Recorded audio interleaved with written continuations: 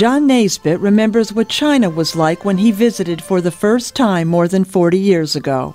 Unbelievably primitive in the 60s and 70s.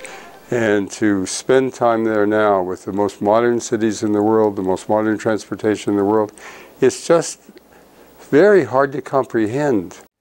In their new book published in the U.S. and China, the Naisbitts explain how China did it.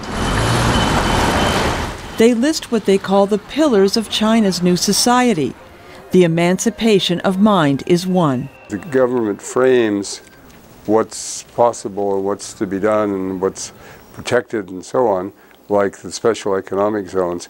But then the people in that frame and are in that area can contribute however they want to contribute, because it all comes from the people. Since reforms introduced in the 1980s by then Premier Deng Xiaoping, China has been moving from communism to a form of capitalism. And that also helped create the new China, says Doris Naisbitt. Well, Deng Xiaoping understood very well that communism did not serve them. Central planning could not bring China out of poverty. They had to put in the market and capitalism to give the people the opportunity to do whatever they are talented in to really get China's economy going. Economic experimentation has been a Chinese megatrend, says John Naisbitt. They had all kinds of ideas with no taxes for a while and special compensations about trade and so forth. See how it worked. And those things that really worked, they went with, and the other things they dismissed as they moved on feeling their way.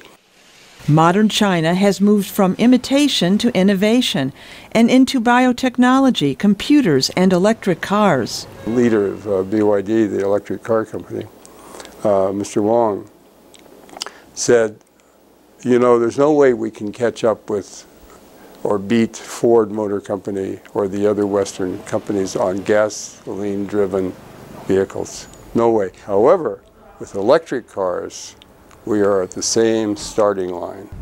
In the process, China has created its own political system. We call what is developing in China a vertical democracy because of its structure of bottom-up and top-down directions and bottom-up initiatives. But we also said that over time, China's Communist Party has to say goodbye to the name Communist Party, because it doesn't reflect what the party really is. While younger generations enjoy more freedom than their parents did, China critics note that Beijing maintains tight control over religion, the judicial system, speech, and the media, including internet access. But the restrictions have not slowed Beijing's advance into the global marketplace. Over the last 30 years, China's GDP has grown an average of 10% annually, and the country is on track to become the world's second largest economy.